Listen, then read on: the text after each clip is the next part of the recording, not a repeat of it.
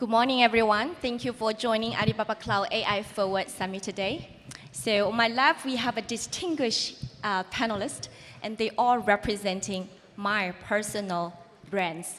So let me just quickly, run through the panelists' names and also having them to say a quick hi to all the audience. So maybe from the far, I have a Mr. Chris Tang, president of Alibaba Group in strategy development, and Chris is also known as the world's most influential CMO by Forbes. Thank you, Chris. Hi, everyone. Good morning. Great to be here. And we also have Kishti J. Muley, Chief Information Officer of Sephora Asia. I know that you are passionate about driving the business transformation.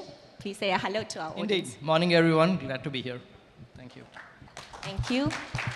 And then the beautiful lady here, Shivani Saini, Global Vice President of Digital and Tech Business Unit, Haleon.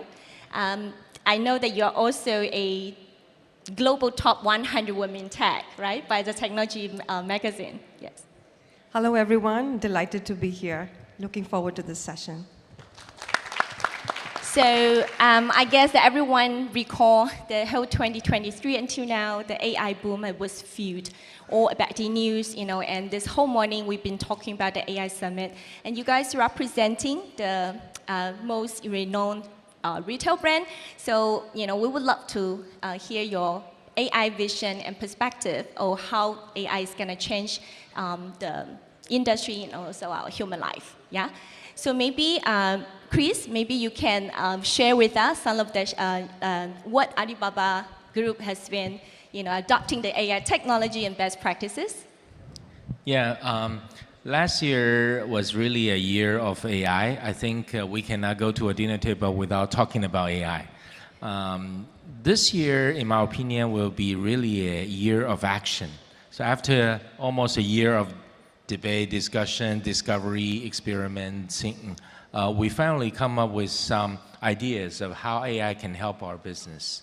For Alibaba, however, AI is nothing new to us, to be honest.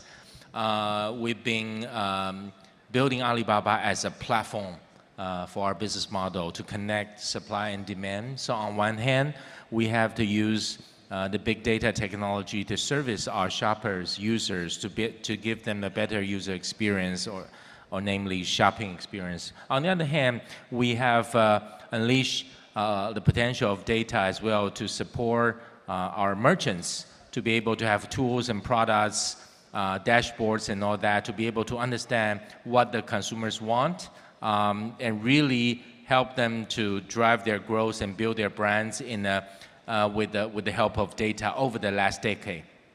Just some example, on a daily basis, as we're reaching 1.3 billion consumers every day, we are, for example, using photo recognition, computer visioning technology to help support the shoppers to find the right product that they're looking for by the snap and buy functions on Taobao, for example. Or the facial recognition that everybody, when you use e-wallet to make a payment, authentication of your personal identity is really important for financial industry. That is also billions of actions that we're doing on our platform. All those examples we've been doing for years, and because we've built Alibaba Cloud as the infrastructure to support our business with the feature around data intelligence. So we're able to build one after another innovations to service our clients better and better on top of a very efficient cloud platform. So the message I want to say is, yes, we're excited about the possibility of driving AI to help our business, but let's think about how do you build the right architecture on the cloud infrastructure so all the AI possibilities becomes possible. Just like in retrospect about Alibaba Group, what has happened in the last decades with Alibaba to grow at scale. Thank you, Chris. Thank you. Maybe let's hear our clients' perspectives as well. So as I said, I'm personally fans to all those brands. So for Sephora, right? I'm the member of Sephora for years, right? Thank you. Thank you. So hopefully we could also hear from you, right? I mean, definitely it's a very fashionable retail brand. And what's your take here, right? How do you put in big data or AI technology to fusion the retail brand as such, like Sephora, to drive the customer satisfaction? Sure, sure. I really liked how Chris put it. AI technology and any technology for that matter is not new to Sephora as well. We are one of the world's global beauty omnichannel retailers. And one of the advantages and huge opportunities we have being in the retail space is that we have first-party ownership of all the transaction data that runs through our system. This is true both for the physical brick-and-mortar retail world as well as for the online space, right? And with the power of data really come the opportunities to leverage it in the right way, essentially to solve business problems. So our approach to AI technology has been really a shopper-first, consumer-first approach, whereas technology is an enabler, right? So we would seldom start with a AI-first use case or a technology-first use case. It would always be, what is the business problem we are trying to solve? It could be in the supply chain space in terms of better and efficient, more effective demand planning in a way to reduce out of stocks, have the right assortments in the store. It could be predicting the consumer demand for key consumer promotions, be it online or offline sales. It is more often than not providing the right product recommendations to our shoppers when they visit us again online or offline. And all of this is powered through the power of both technology and data and the AI models that help us really to serve the consumers better. In addition to first-party data, I would also submit that Sephora has the unique advantage of having a very strong and loyal member base. So large part of our business really runs through our member base, and we have very rich information about their behaviors, lifestyle, shopping habits that allow us to tailor the consumer experience to them wherever they might visit us. And increasingly, that's becoming a consumer expectation to be pervasive across online and offline world. So a lot of new and interesting use cases are emerging in that front. Thank you. I do notice that sometimes my favorite color of the lipsticks will be out of the order, and then they will recommend to some of the, world celebrity kind of recommended, products. So it indeed is a quite personalized experience, right? Now I have another, client. Shavani is actually representing Haleon. I mentioned to her just when she walked into the conference hall, I said, my house is full of your products, from Panadol to Centrum, to even toothpaste, right? So I believe every Singaporean family having a lot of your products in the world as well. Yeah, maybe you could also share with us, right, what's your take with all this year that your, thorough experience in the data and the technology. What might be the AI vision in your company's view? Sure. Thanks, Eileen. I was really happy to hear you're using Haleon products. So some people may not know Haleon, but I'm pretty sure you know our brands. I'm hoping you've brushed your teeth with Sensodyne this morning, so that's our, you did, okay, great. And I hope you don't need Panadol after this session, which is our headache pain management brand. But as you can understand, we're working in the areas of consumer healthcare. And the purpose of our company and the purpose of all the employees, including myself personally, is delivering everyday health with humanity. So that is a very big purpose for us, and with which we live every day, making sure that we're improving the lives of our consumers and doing better for our patients. So with that purpose in mind, I think one of the things which we have realized is the trends of the consumers is really taking self-care, putting the health in their hands, making sure they are empowered to make their choices about health and take care of their health. So a part of our growth strategy in key markets like China, we have looked at that actually personalization, hyper-personalization, giving digital experiences so the consumers have health in their hands, they can make their choices, is a very powerful way of giving them a complete healthcare solution. So not just the products, but also the services as well. So that is part of our core strategy of, we are bringing trusted science in, and we're bringing in consumer experiences which are relevant to our consumers. So actually, to fuel that, we're actually using a lot of technology, AI. And as Kshitij and Chris put in, for most tech people, AI is not new. But of course, it's exploding now with Gen AI. And the possibilities it brings is absolutely amazing.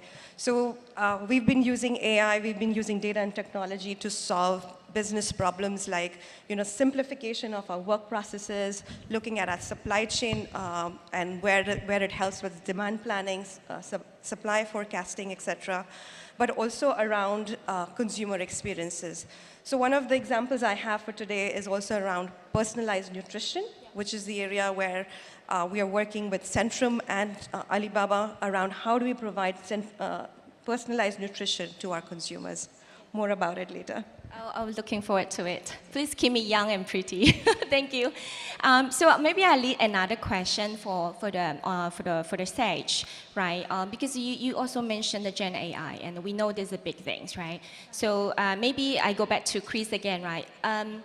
Since Gen AI is a big thing, and from your perspective, right, you're also leading a lot of strategy projects in Alibaba as well. What might be the next big change, right, that you foresee in the Gen AI for the coming industries? Yeah. I think we're going through right now an exciting phase of over-creating contents for our customers or shoppers. Think about, we used to have to spend 100 hours to make a film. Now it only takes 15 minutes. So for the brands, we have two leading brands in the retail industry. It's easier for the marketing team to get excited to say, hey, why don't we make 1,000 film to bombard the market with what's working? So as a consumer, it will happen that once we click on something we like, we're going to receive 100 similar videos from different brands. Would that make us happy? So I think at the end of the day, AI is there to make our consumer happier. In the last 20 years, with the invention of mobile technology, we have made technology more personal in terms of the way we service our customer, because mobile represent them, it's adjacent to their physically. But we haven't done enough about personalization. So I think it's a great time for us to leverage AI to dig much deeper on how do we make personalization happen possibly, so people don't feel bothered, they feel happier. So that's the big opportunity I'm seeing with Gen AI, instead of creating too much contents to bother them. Thank you. So not too much unnecessary content to bothering our consumers. So you guys are on the front line with the consumers, daily basis. So how do you see this Gen AI is going to change, for Sephora? Sure. I think I agree with Chris. The potential of Gen AI in the long term is huge. However, our approach in the near term is one of test, learn, and evolve. Right? I think this is a new space where we are really learning our way through. Versus going into the deep end with really big bets right off the back.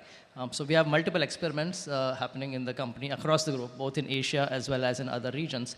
Some of them are internal employee facing, where we are leveraging technology to provide the right knowledge repository information about our products, brands, as well as internal company policies, information available on the intranet to internal employees, our beauty assistants. So that's one internal use case. Externally also, we are now having small scale pilots on our Sephora app, for instance, where we are opening up certain traffic to really interact with our beauty assistant online. So versus what would be a human person, or in the past maybe a chatbot, could be in the future powered through a Gen AI or LLM-based model, right? And again, we are at the experimental stage yet. And like with every technology, perhaps the long-term potential is often understated. The short-term potential is usually overstated. And Gen AI certainly, I believe, is one such technology which is disruptive. And like every disruptive technology is going through the hype cycle. Probably we are at the peak of the hype right now. But I do believe that, in due course, we will see what works and they do what's the right thing from a business and from a consumer standpoint. It could be personalization, as Chris said. It could be internal productivity. So we will be more driven by business problems and consumer needs versus purely from a technology standpoint. So you will be helping internal, externally. Yes, Shavani, yes, please go ahead. Yeah, I think Chris and Kshitij already put the power of AI there. The point I would like to add is that while there is so much potential with AI and it's exploding right now, it's also responsibility for technology people as well as companies to make sure that we're doing it the right way.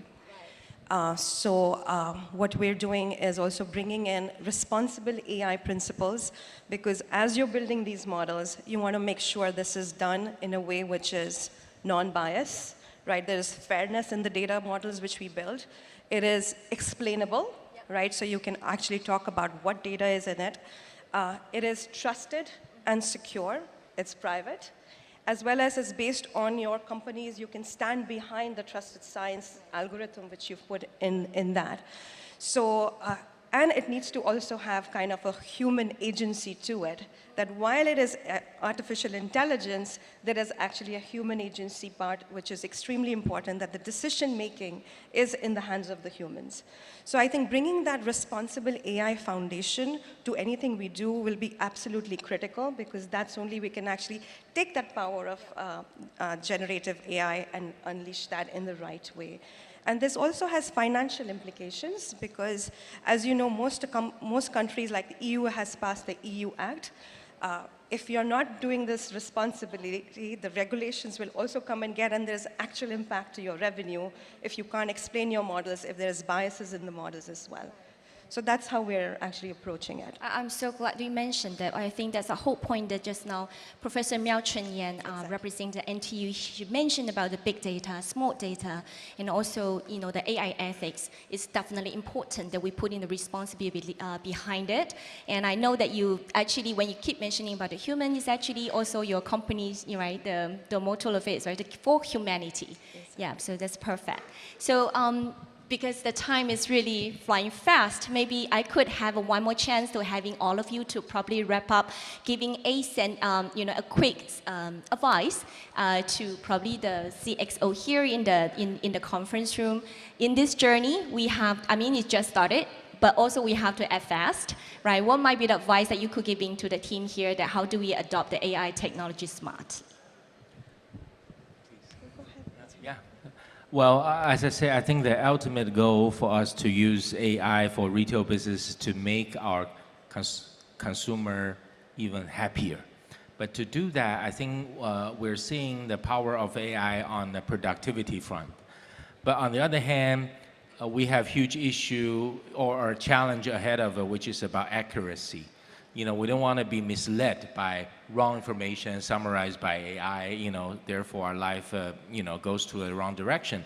So I'm pretty much inspired by what Shivani initiated at Haleon about the responsible AI. I think that accuracy, that integrity around AI is something we need to work together as, especially industry leaders sitting in this room. Thank you, Chris. Yes, please, Kay. I would reiterate 2 points that I made a minute ago. First is really start with the business problem to solve, and then start with a consumer or shopper problem to solve. I think that is probably the right starting point for any business or technology leader for that matter. That's one.